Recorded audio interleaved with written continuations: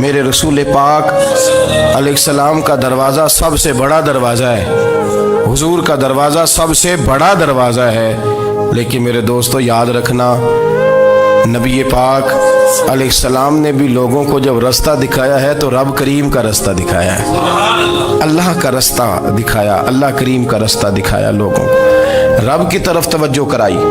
میرے رسول کریم سید عالم صلی اللہ تعالی علیہ وسلم نے لوگوں کی اللہ کی جانب توجہ کرائی اور لوگوں سے یہ کہا کہ وہ اپنے رب کریم کی جانب اپنا ذہن رکھیں، اپنی توجہ اپنے اللہ کی جانب مبذول کریں۔ میری بات کو اچھے طریقے سے سمجھیے گا، علم اللہ تبارک و تعالی عطا کرتا ہے تو اسے اللہ کی عطا ہی سمجھنا چاہیے۔ کچھ لوگوں کے پاس علم ہوتا ہے پر علم نافع نہیں ہوتا، وہ ٹامک ٹونجا مارتے رہتے ہیں ساری زندگی۔ علم کو اللہ کی عطا سمجھیں، اپنی عقل پر اپنے شعور پر زیادہ بھروسہ نہ سمجھیں، نظر اللہ پہ رکھیں۔ حضرت مولا علی شیر خدا کرم اللہ تعالی وجہہ الکریم سے کسی نے پوچھا تھا بڑا عالم کون ہوتا ہے؟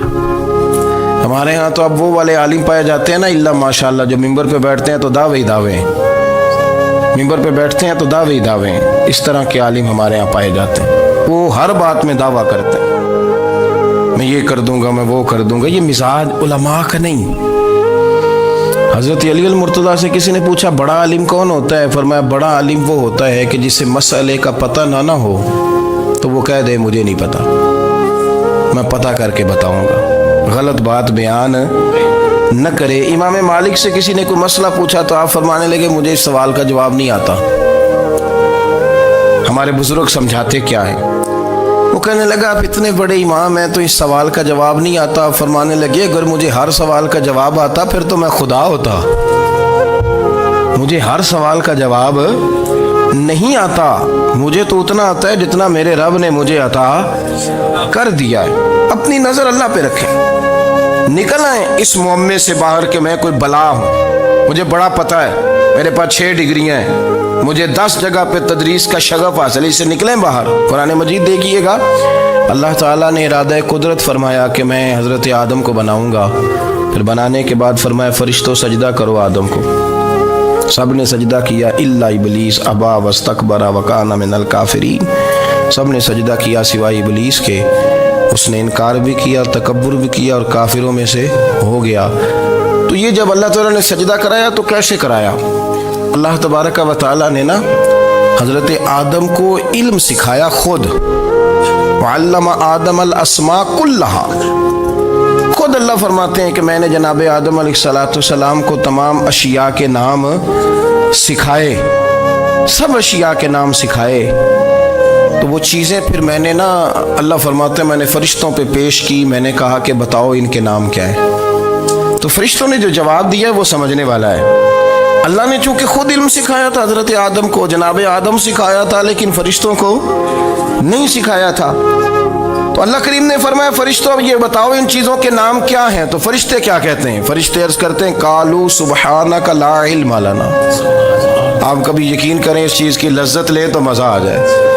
کہا قالوا سبحانک، کہنے لگے تو پاک ہے، قالوا سبحانک، کہنے لگے تو بھئی آدم علیہ السلام کو نام سکھا لیے، پھر فرشتوں کے سامنے وہ چیزیں پیش کر کے کہا ان چیزوں کے نام بتاؤ، تو فرشتے کیا کہتے ہیں؟ کہتے ہیں قالوا سبحانک، تو پاک ہے، لا علم لنا، ہمارے پاس کوئی علم نہیں، الا ما علمتنا، ہمیں تو اتنا پتہ ہے جتنا تو نے ہمیں سکھا دیا، ہمیں تو اتنا پتہ ہے جتنا تو نے ہمیں، لا علم لنا، ہمارے پاس کوئی علم نہیں ہے، اتنا ہی پتہ ہے جتنا تو نے ہمیں سکھا دیا ہے، اس سے زیادہ ہمارے پاس علم۔ اور یہ کیوں تو نے ہمیں جتنا سکھایا اتنا پتہ ہے؟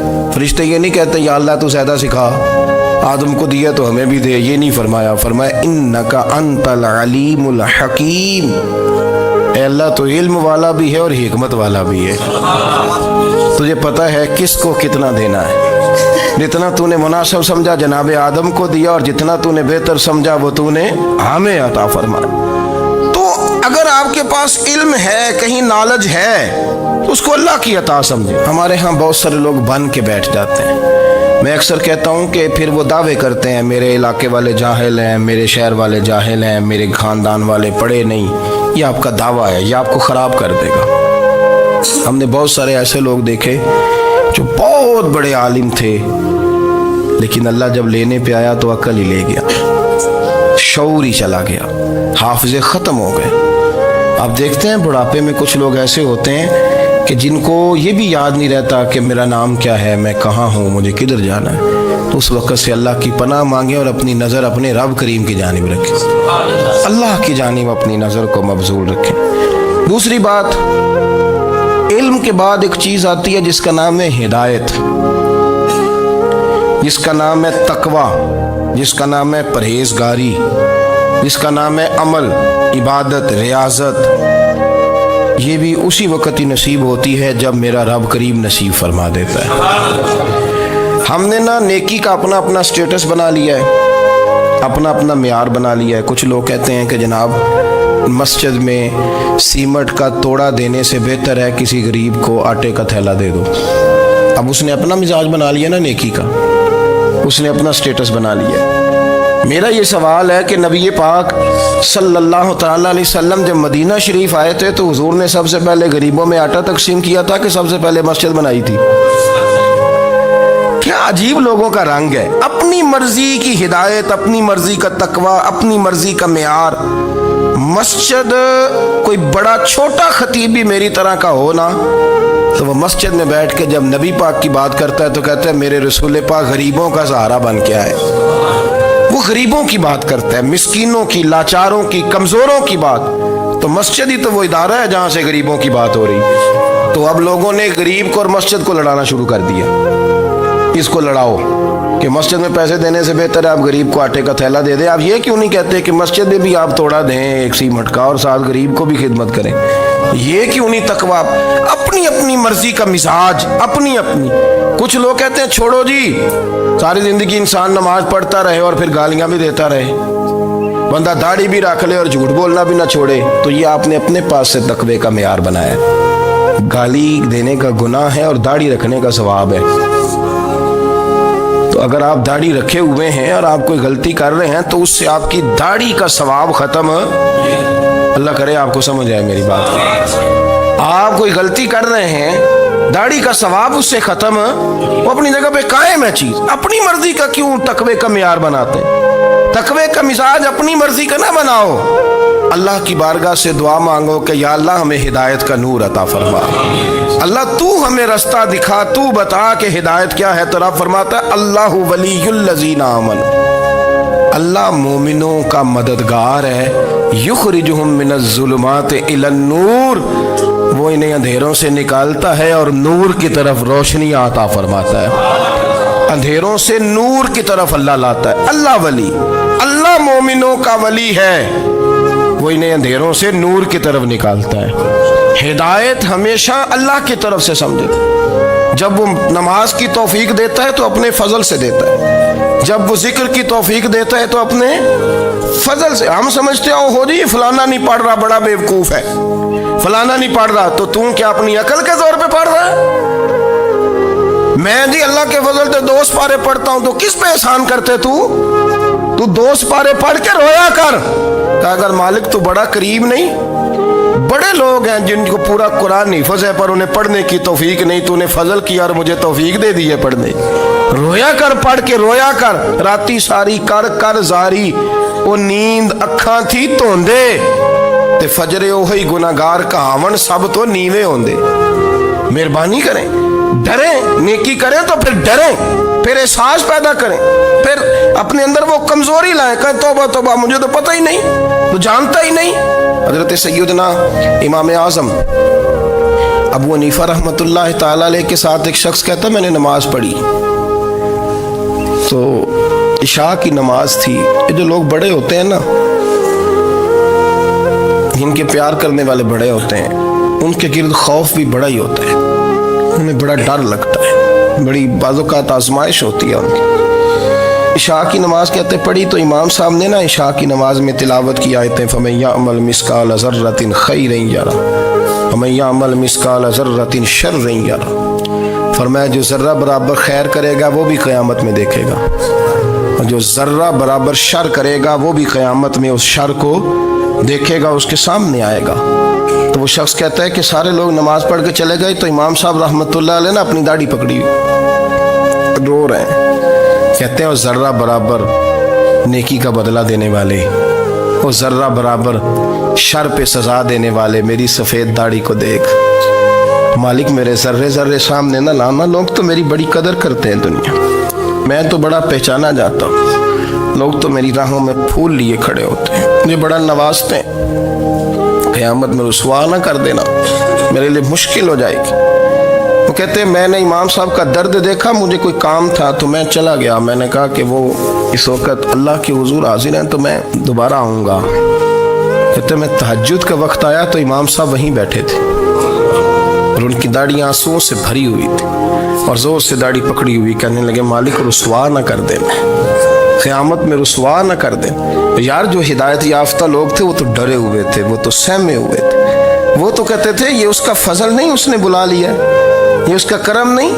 حضرت باعزید بستامی کسی کافر کو دیکھتے تو رو پڑتے، کہتے مالک تو کتنا قریب ہے، یہ بے ایمان رہ گیا، تو نے اپنے فضل سے مجھے اپنے نبی کا غلام بنا لیا. وہ رو پڑتے. یہاں تو لوگوں کا دعویٰ ہی بڑا ہے. نمازی اللہ خیر فرمائے وہ تو دوسروں کو گھورتا ہے، وہ کہتا ہے جنت کا میں مالک ہوں، کنجیاں میرے پاس ہیں، میں کسی اور کو گھسنے نہیں دوں گا. اور اگر 2-3 حج کر لے تو پھر تو وہ کہتا ہے کہ اب میرے سے پوچھ کے لوگ جنت میں جائیں گے معاذ اللہ. اور اگر وہ 2 4 5 7 دفعہ کوئی نفل پڑھ لے تو پھر وہ کہتا ہے چھوڑیں جی سارے لوگ بے عمل ہیں، میں اکیلا نیک ہوں. نہ ایسا کریں، اپنی توجہ اپنے رب پہ رکھیں، اپنی توجہ اپنے معین الملت والدین، عطا رسول، ہند الولی، غریب نواز، خواجہ معین الدین چشتی، حضرت خواجہ اجمیر، شاہ اجمیر، شاہ اجمیر، والی ہندوستان. آخری عمر میں نا سارا دن روتے گزر جاتا، ساری رات روتے گزر جاتے، ذرا سی کوئی بات کرتا تو رو پڑتے ہیں، آنکھیں آنسوں سے بھری رہتی. کئی دفعہ آپ نے بھی پریشان ہو جاتے ہیں نا کہ یار تو ایک بات کی جان ہی نہیں چھوڑ رہا. تو خواجہ قطب الدین صاحب بختیار کاکی سے لوگوں نے کہا کہ آپ مرشد سے بات کریں، اتنا بھی تو نہیں نہ رونا چاہیے، ہر وقت اس کے آنسو کی کریے. عاشق دا کام ہی رونا تونا تے بنا رویوں نہیں منظوری. یہ عاشق سدا ہی روندا رہندا ہے، پاویں وصل ہوئے تے پاویں دوری. ہر وقت رونے کا کیا مطلب ہے؟ تو خواجہ قطب صاحب کہتے ہیں میں قریب گیا تو میں نے پیر دبائے، میں نے کہا سونیا لوگ تو کچھ بھی نہیں کرتے، تو نے تو کمال کر دیا. 90 لاکھ آدمی مسلمان کر دیا، دنیا کچھ نہیں کرتی. تو نے 50 سال ساری رات مسلح پہ بیٹھ کے رب راضی کیا. تو شہزادہ تھا، حضور کی اولاد تھا، لیکن معین الدین تیرا ایک پلاٹ بھی نہیں. تو نے طالب علم پالے، انہیں غریبوں کو دیا، انہیں نوازا، کوئی شے نہیں تیرے پاس، ہر چیز تو نے. ساری رات روتے ہو، سارا دن روتے ہو. تو خواجہ قطب الدین صاحب کہتے ہیں میں نے جب عرض کیا تو خواجہ صاحب مجھے گلے لگا لیا، چیخ مار کے روئے. کہنے لگے قطب الدین پتر داڑھی سفید ہو گئی، جانے کا وقت آ گیا. جو تو نے نیکیاں گنوائی ہیں وہ ہیں صحیح میرے پاس، پر یار کی بارگاہ میں پیش کرنے کے قابل ایک بھی نہیں، ایک بھی نہیں. تو بارگاہ تو دیکھ کتنی بڑی ہے، رسول کریم کی بارگاہ میں پیش کرنے کے قابل ان میں سے ایک بھی نہیں. تو آستانہ دیکھ کتنا بڑا ہے، کیا پیش کروں گا، کیا عرض کروں گا حضور کی بارگاہ میں، کس طرح. وہ یار جو بڑے تھے وہ تو ڈرے ہوئے تھے، سہمے ہوئے تھے، وہ تو بڑی آزمائش میں تھے. لیکن میرا اور آپ کا رٹا 2 نمازیں پڑھ کے 6 نمازوں کا دعویٰ کرنا اور لمبی چوڑی کہانیاں بنانا اور اپنے منہ سے اپنی تعریفیں کرنا، اس سے تھوڑا باہر آئیں. رزق بھی میرا اللہ ہی دیتا ہے، علم بھی اللہ دیتا ہے، رزق بھی. بڑے بڑے فقیروں کو مالدار ہوتے دیکھا، بڑے بڑے مالداروں کو فقیر ہوتے دیکھا. بڑے بڑے، میرے ایک بڑا سخی قسم کا سجن ہے، بڑا پیارا ہے، میں اسے سخی مانتا ہوں. میں نے اپنی پریشانیوں کے دنوں میں بھی اس شخص کو سخی دیکھا. ایک دن رات کو مجھے ٹیلی فون کر کے کہنے لگا کدھر ہو؟ میں نے کہا میں گھر ہوں. نہیں اکثر سفر میں ہوتے ہو نا؟ میں نے کہا طبیعت کیسی ہے؟ ٹھیک ہے، بس حال چال پوچھنا تھا. میں نے سمجھائی، میں نے کہا یار یہ کوئی مسئلہ ہے، ورنہ رات کے 2 بجے کوئی حال پوچھنے کو فون تو نہیں نہ کرتا.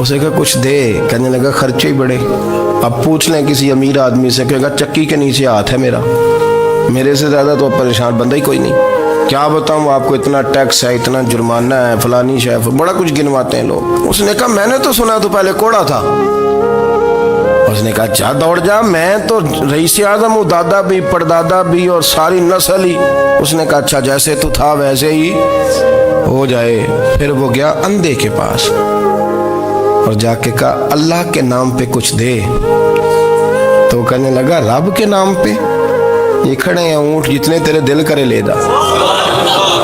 اس نے کہا کیا معنی اس بات کا؟ کہنے لگا یار تجھے کیا بتاؤں، میں تو اندھا تھا، میں نے تو کبھی دنیا دیکھی نہیں تھی، پھر اس کریم نے فضل کیا تو مجھے بڑا کچھ دکھایا، میں کیا بتاؤں، میرا دل کر رہا ہے کہہ دوں کہ پھر اس نے کعبہ دکھایا، پھر اس نے روضہ رسول دکھایا، پھر اس نے ریاض الجنہ کے سجدے دکھائے، پھر اس نے اپنے محبوب کے دروازے کی رونقیں دکھائیں، اس نے بڑا کچھ دیا، اس نے بڑا نوازا۔ میرے پاس تو شاید میں بدکار پرانا خادم، کسے در ملی نہ ٹوئی، ایت واصف یار نے نظر جو کی تھی، پھر واصف ہی ہوئی، یہ تو اس کا کرم ہوا۔ تو یہ وہ کہنے لگا تو اللہ کے نام پہ جان مانگ، میں وہ بھی دینے کو تیار، میرے پاس تو شے ہی کوئی نہیں تھی، مجھے تو اپنا پتہ ہے، میں تو کوئی شے نہیں تھا، کچھ نہیں تھا میرے پاس، یہ تو ان کا کرم ہے کہ رخ ان کا ادھر ہے، اور مختصر سی میری کہانی ہے، یہ جو بھی ہے ان کی مہربانی ہے۔ تو وہ کہنے لگا میں بھی کچھ لینے نہیں آیا تھا، تیری آزمائش ہی کرنے آیا تھا، تیری عزتیں بھی سلامت رہیں گی، تیرا مال بھی سلامت رہے گا، تیری شفا بھی۔ اپنی زندگی میں کبھی بھی اللہ کی بارگاہ سے توجہ ادھر ادھر نہ کریں، چھوڑیں لوگ کیا کر رہے ہیں، دنیا کیا کہہ رہی، کبھی بھی اپنی توجہ دائیں۔ ہمارا یہ مسئلہ بن گیا کہ ہماری سیاست ہے، ہماری دنیا داری ہے، ہم بندوں کو راضی کرنا چاہتے ہیں، ہم دیکھتے ہیں کون کس طرح، اور آپ یقین کریں آپ تھک جائیں گے، بندے راضی نہیں ہوں گے، وہ نہیں راضی ہوتے، آپ ان کو منا کے لائیں گے تو ادھر والے نکل جائیں گے، ادھر کو منائیں گے تو ادھر والے نکل جائیں گے۔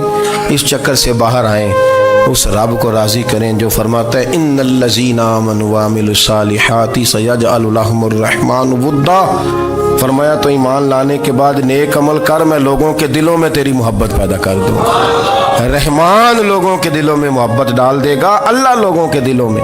اپنی نظر ہمیشہ اپنے رب پہ رکھیں، اتنی لمبی چوڑی دنیا داروں سے امیدیں نہ وابستہ کریں۔ میں نے دیکھا ہے لوگ کاسا لیسی کرتے ہیں، کبھی اس کے دروازے پہ کبھی اس کے دروازے پہ، ان چکروں سے باہر آئیں اور اپنے رب کی بارگاہ کی طرف توجہ کریں، استغفار شوق سے پڑھا کریں، اور اکیلے میں نہ، اکیلے میں حضرت رئیس المتکلمین مولانا نقی علی خان صاحب رحمۃ اللہ نے لکھا ہے کہ فرعون 500 سال حکومت کر گیا، یہاں تو 5 سال کی حکومت کی پیر لڑکھڑاتے ہیں، 500 سال فرماتے۔ اصل وجہ یہ تھی کہ دنیا جب سو جاتی تھی نا تو اوپر چادر لے کے تو مصلے پہ بیٹھ جاتا تھا اور ہاتھ باندھ کے کہتا تھا رب تو ہی ہے، میرا پردہ نہ کھولنا، مالک تو ہی ہے، کرم نوازی کرنا، میری پکڑ نہ کرنا۔ وہ بے ایمان ہو کے اگر 500 سال ہاتھ باندھے تو گزارا کر لیتا ہے، تو ایماندار ہے، پر مسئلہ یہ ہے کہ تو رات کو بکل مار کے ہاتھ نہیں نہ باندھتا، تو منت نہیں کرتا، تو استغفار نہیں کرتا۔ توبہ کریں تو بچے رہیں۔ وہ اتنی لمبی حکومت کر گیا چونکہ رات کو کہتا تھا مالک رب تو ہی ہے، لیکن مہربانی فرما، میری پکڑ نہ فرمایا، تو اللہ نے تو اس کو مہلت دے دی۔